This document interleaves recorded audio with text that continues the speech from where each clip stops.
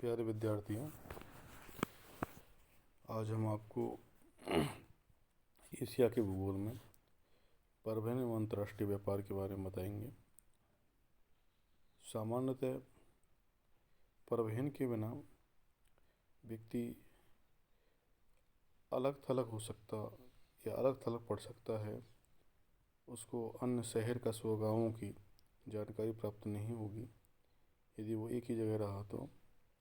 इसलिए मानव उत्पत्ति के समय से ही और व्यक्ति एक स्थान से दूसरे स्थान पर, चाहे वो अपने पशुओं की पीठ पर बैठकर अथवा जैसा भी उसके पास घोड़ा गाड़ी आदि हुआ करती थी, उनके माध्यम से उसका आवागमन बना रहा था।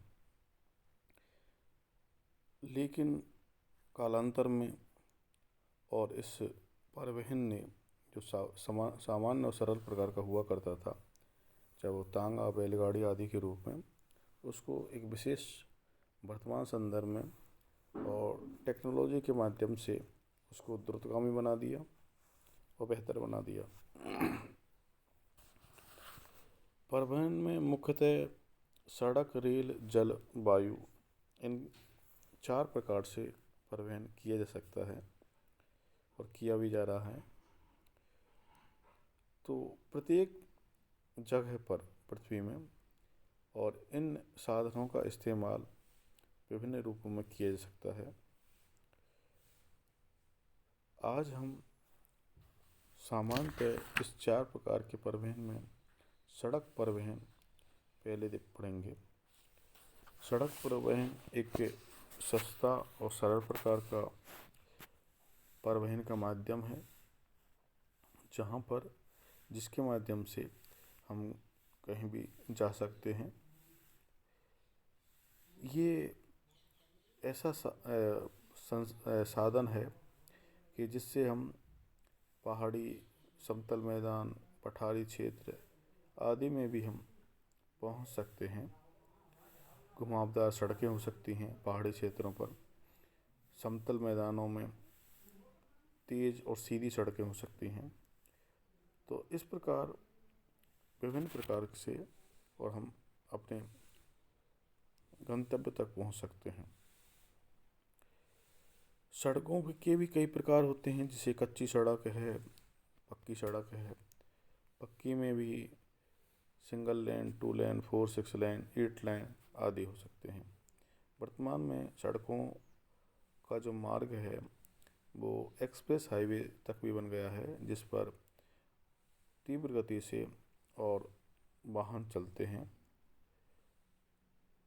एशिया महाद्वीप में सड़क परिवहन अन्य परिवहनों की अपेक्षा अधिक विकसित हुआ है और इस महाद्वीप में के देशों में सड़क जाल का विस्तार एक जैसा नहीं है। लेकिन क्योंकि जो भी सड़क, रेल आदि का जो जाल अथवा नेटवर्क होता है वो सामान्यतः उस देश की अर्थव्यवस्था को भी बहुत अधिक निर्धारित करता है।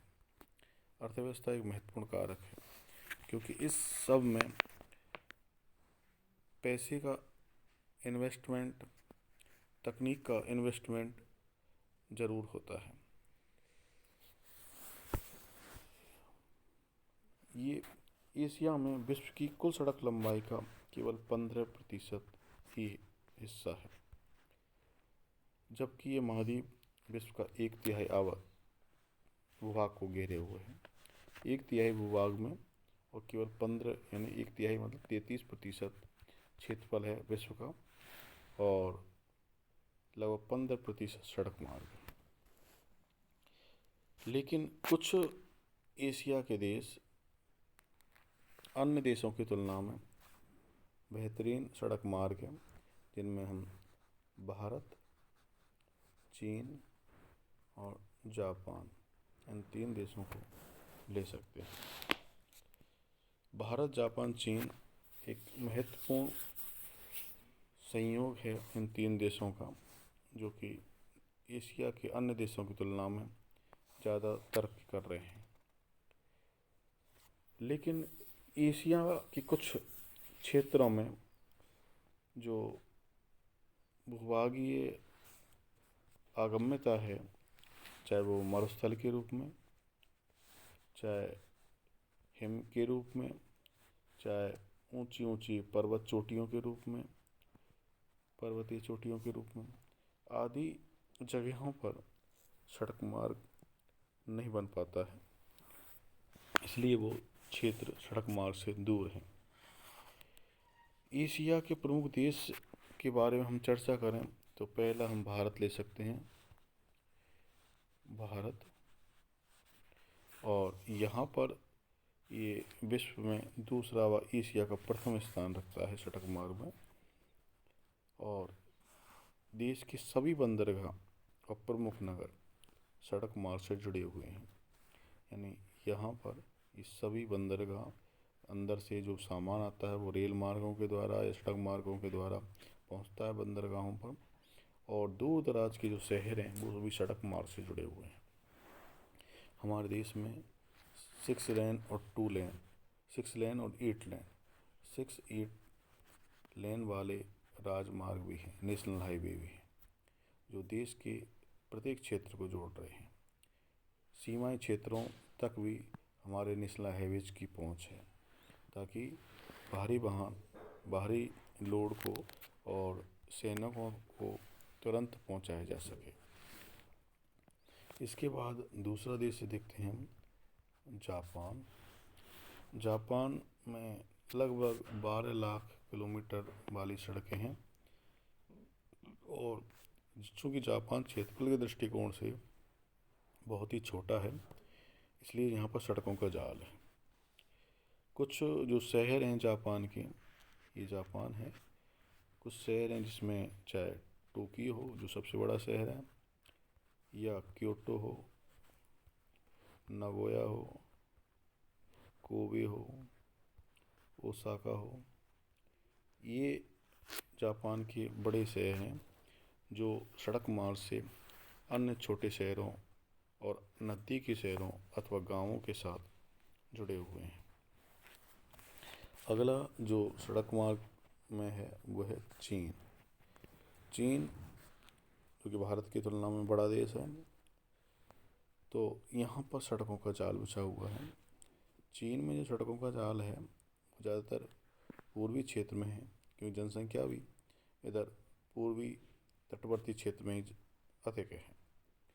चीन की राजधानी बीजिंग अथवा चीन का सबसे बड़ा शहर शंघाई, ये सब सड़कों से के नेटवर्क से जुड़े हुए हैं, और चीन के सभी बंदरगाह अंदर से वाली सड़कों से जुड़े हुए हैं, ताकि सामान अथवा माल की आपूर्ति हर समय संभव बनी रह सके। एशियाई रूस को ले हम, एशियाई रूस, क्योंकि रूस का कुछ हिस्सा यूरोप में भी है, यूराल पर्वत के पश्चिम वाला हिस्सा, तो यहाँ भी सड़कों का जाल है।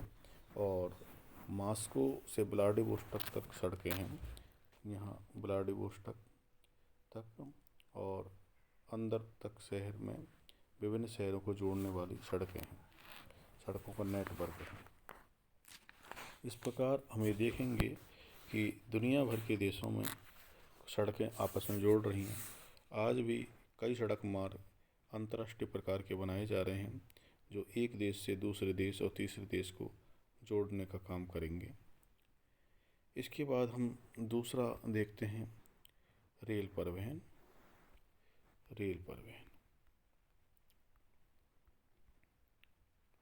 रेल परिवहन के लिए कुछ आवश्यक जो चीज़ें हैं उनमें है धरातल। रेल परिवहन को कहीं भी नहीं बनाया जा सकता है, इसके लिए ज़रूरी होता है कि समतल धरातल हो और पठारी हो। इसके साथ ही ये आवश्यक भी है कि रेल ट्रैक को बनाने का कच्चा माल भी उपलब्ध हो। रेल मुख्यतः भारी जो सामान है उसको ले जाने का एक प्रमुख माध्यम है। सामान्यतः अंग्रेज़ों ने भारत में रेल की शुरुआत की थी, तो उनका उद्देश्य भी यही था कि भारत के अंदर से जो कच्चा माल है उसको बंदरगाहों तक पहुंचाया जाए और बंदरगाहों के माध्यम से और जलयानों के माध्यम से उसको इंग्लैंड के या तत्कालीन ग्रेट ब्रिटेन के विभिन्न शहरों तक या विभिन्न बंदरगाहों तक पहुंचाया जाए। इसके अतिरिक्त धरातल के साथ साथ आर्थिक कारक भी रेल सिस्टम के लिए बहुत महत्वपूर्ण है, क्योंकि ये एक बहुत ही और अधिक पैसे का इन्वेस्ट करने वाला एक इंडस्ट्री है। क्योंकि एक बार इसमें पैसा शुरुआत में बहुत अधिक लगता है, उसके बाद संचालन में भी लगता है।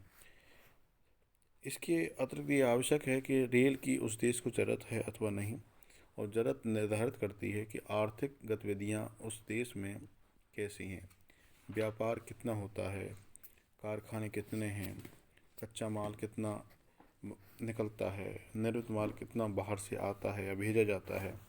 तो उस देश की व्यापारिक गतिविधियों के आधार पर और रेल परिवहन का विकास होता है।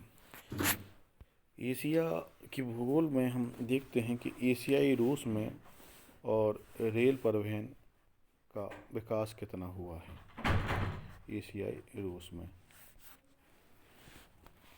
तो यहाँ पर हमको पढ़ने को मिलता है कि ट्रांस साइबेरियन जो रेल मार्ग है वह दुनिया का सबसे बड़ा रेल मार्ग है, और जो कि व्लादिवोस्टॉक से सेंट पीटर या लेनिनग्राड तक पहुँच जाता है। और ये 9,332 किलोमीटर वाला रेल मार्ग है। इसमें आप ये देख सकते हैं कि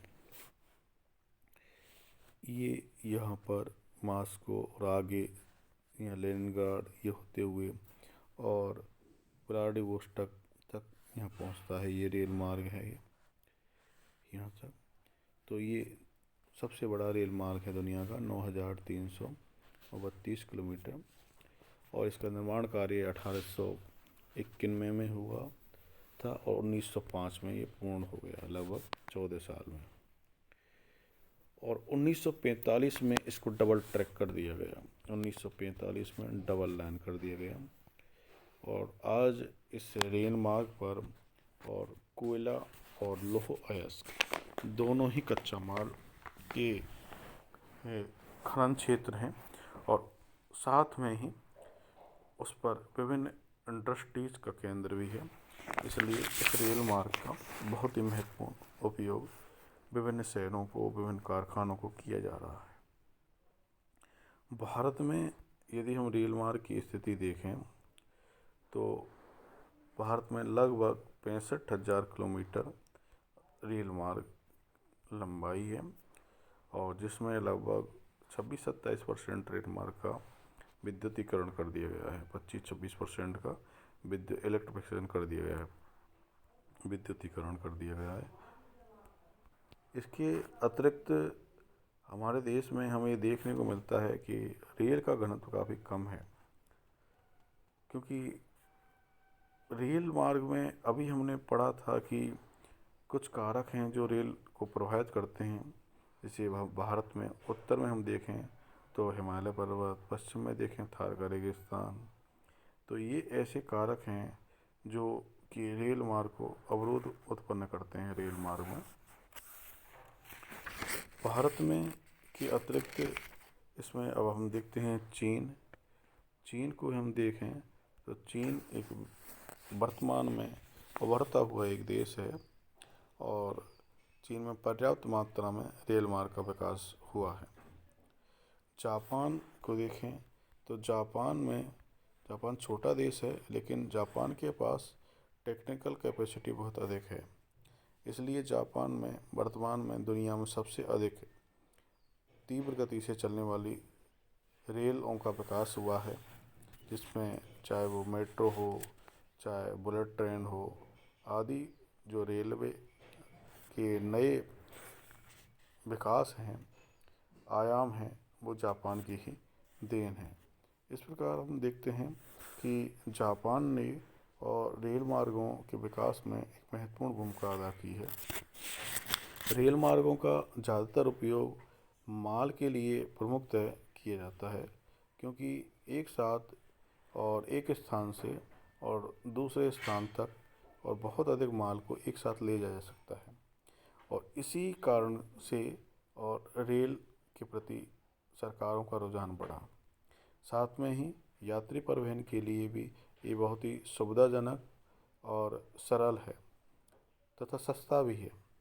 तो रेल परिवहन सस्ता और सुरक्षित भी माना जाता है, इसलिए ज़्यादातर लंबी दूरी की जो यात्राएं हैं अथवा लंबी दूरी तक को जो माल भेजा जाता है वो रेलों के माध्यम से, रेल नेटवर्क के माध्यम से भेजा जाता है।